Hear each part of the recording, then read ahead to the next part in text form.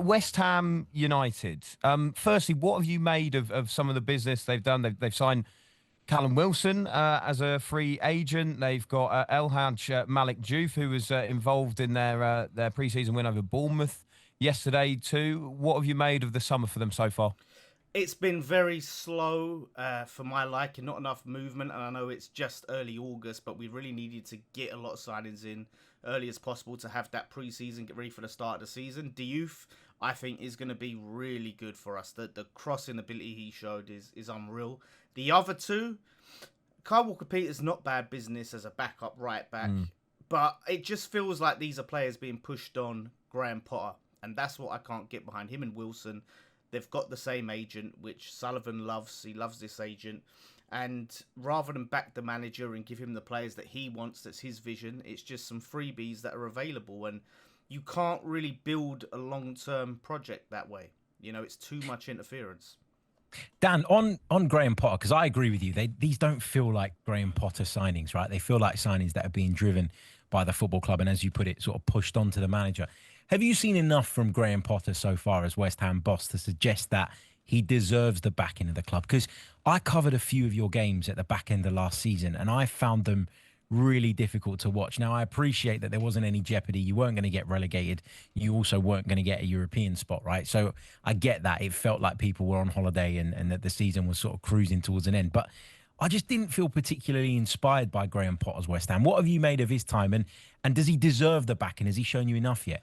Well, the fact that Graham Potter's West Ham was no different to Julian Lopetegui's West Ham, that was no different to the end of Moyes' West Ham, later Moyes' West Ham, suggests to me that we had a real big problem with the players. We had built the oldest, slowest squad in the league, and that does not lend itself to great football.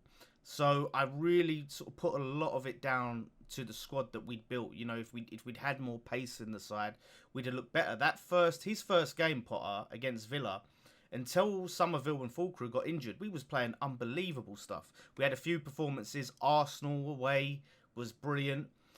It was just those games. I think certain players as well, Kudus, only seemed to turn up for the big games as well, which didn't help us because we had more of the lesser games than the bigger games. So I've seen glimpses, but regardless, I would rather back Potter and give him what he needs than go with the unqualified owner's vision, because where's that going to lead? Like, what? That's fair. Yeah. You know, and this is the problem. I'm not saying we have to give Potter 200, 150 mil, but go and sign some players that he wants to suit his style. And if he don't want a player, then don't make him have the player, which it feels like we're at with Wilson, you know? Yeah, I've got to say, I think Wilson's a strange one, Dan. I think most Newcastle fans will tell you that he's a very, very talented footballer, very talented striker when he is fully fit. But that is so, so, so rare. And the other issue is, because of so many of those injuries, you know, he just lacks sharpness. He did with Newcastle for the, you know, rare glimpses that we did see him last season. I do find that quite an odd move, I've got to say. Is that the area you're most worried about heading into next season? Is it the goal scoring, or is it potentially at the back? Well, the goal scoring is definitely one of them. Fulkrug is looking sharp, and I think he's a good player, but I'm still not 100% sure he can stay fit. And then Wilson as a backup, I'm not crazy about it. We've got a youngster coming through that looks decent, but the biggest area for concern for me is the midfield. It is painful. That friendly against Man United, where he had Souček, Rodriguez, and Ward-Prowse in that midfield.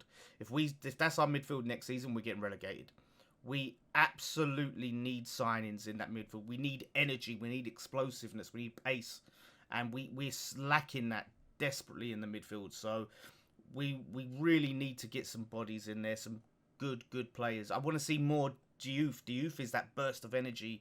Yeah. You know, on the left, I want to see someone like him in the midfield to just bring us alive, a box-to-box midfielder. I'm so worried about the midfield. I really am. I said it last season. It's bad. Yeah, the midfield feels like an area where West Ham could do with just a little bit more invention and sort of creativity. Is there anyone in mind? Is there anyone that you think, you know, is a realistic target for West Ham that you'd like to see the club go out and get? Because I don't know about you, but I always put together my transfer wish list at the start of every summer. Not that it ever comes off, but you can dream.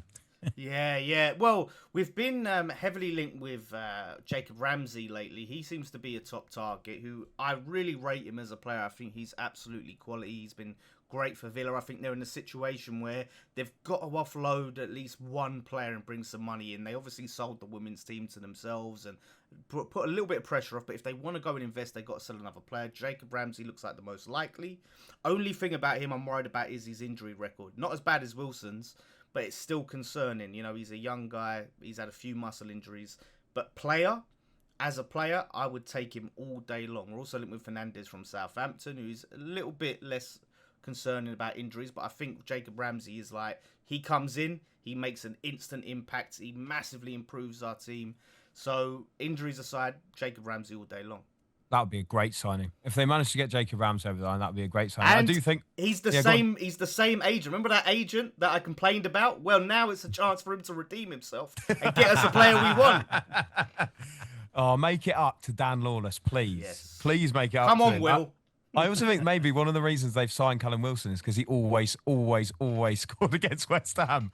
Do you think they've just gone just get him on the books so he can't score against us again? He'll score a few own goals. I have no doubt about that. Yeah, honestly. But he owes us. I've said this, like, I want 10 to 15 from him next season to make it up to us. All the points he's cost us, the handball goal, all the knocks he's said about us, like, he's got to win me over. I need goals. Yeah. Not that you've remembered all of those. Anyway, Dan, thank you very much indeed for joining us, mate. Thanks, lads. Cheers, mate. There we go. Dan Lawless there. We should call him Dan Does What He Wants.